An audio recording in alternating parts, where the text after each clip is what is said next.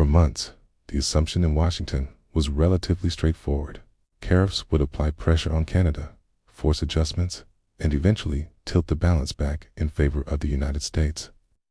What was not expected was the scale, coordination, and persistence of Canada's response, and, more importantly, the fact that this response would begin to generate measurable consequences inside the American economy itself.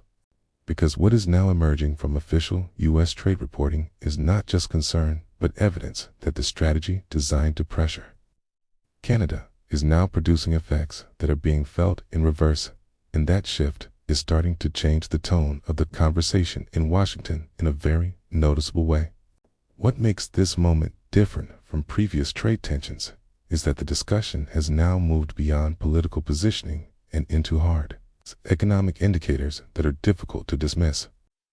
Now, Janice, the report also has some new stats on the impact of this trade war on the U.S. economy. We heard GDP numbers for Canada earlier this week, manufacturing taking a hit. What can you tell us about the U.S. impact?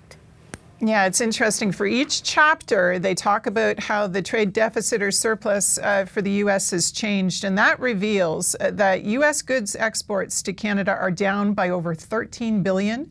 And U.S. goods imports from Canada are down by nearly $30 billion over the last year. And the trade and services, things like tourism, those have been disrupted too. Those numbers do not simply reflect a temporary slowdown, but rather a disruption significant enough to force attention at the highest levels. Because declines of that magnitude suggest that demand patterns are shifting, supply chains are adjusting, and industries that rely on cross-border integration are beginning to feel sustained pressure. What is particularly striking is that these figures are now being formally presented to Donald Trump, which means this is no longer a peripheral issue, but one that is entering the core of U.S. economic and political decision-making. What makes this situation more consequential is that this outcome is not the result of a single policy or a short-term reaction, but of multiple layers of response aligning at the same time from Canada. The United States is flagging what it calls trade irritants in a new report, and it cites several measures here in Canada, including the federal government's Buy Canadian procurement policy and the decision to pull American alcohol off the shelves. CTV's Caitlin Wilson joins us live now with more on this. Caitlin. Yeah, Patricia, the federal government announced its Buy Canadian policy in December in response to U.S. tariffs. And while American businesses say they have a hard time fighting for contracts, some point out the U.S. has a similar policy on their side of the border. When it comes to grocery shopping, if it's American, Scott Proudfoot isn't buying it.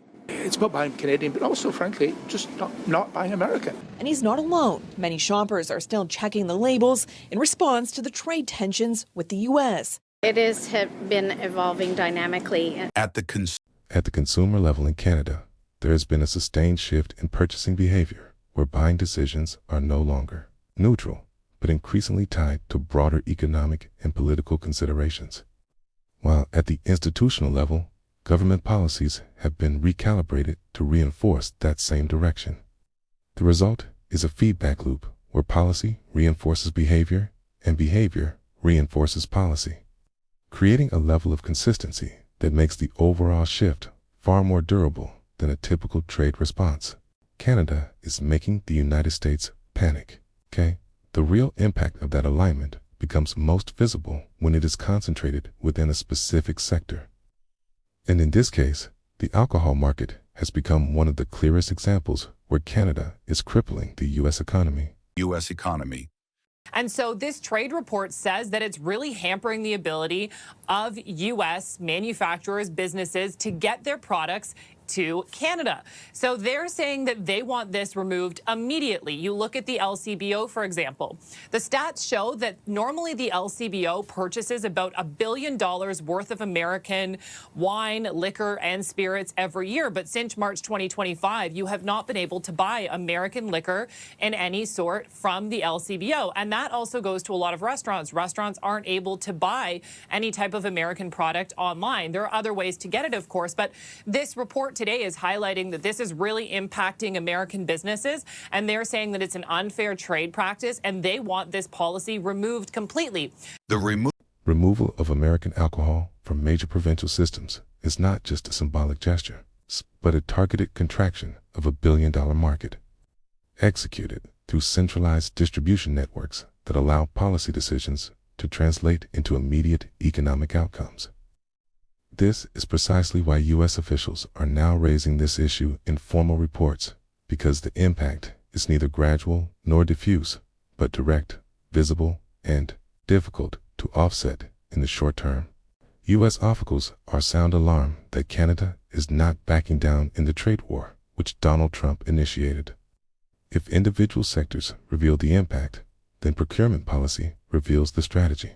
And this is where the response becomes much more structured. From Mark Carney.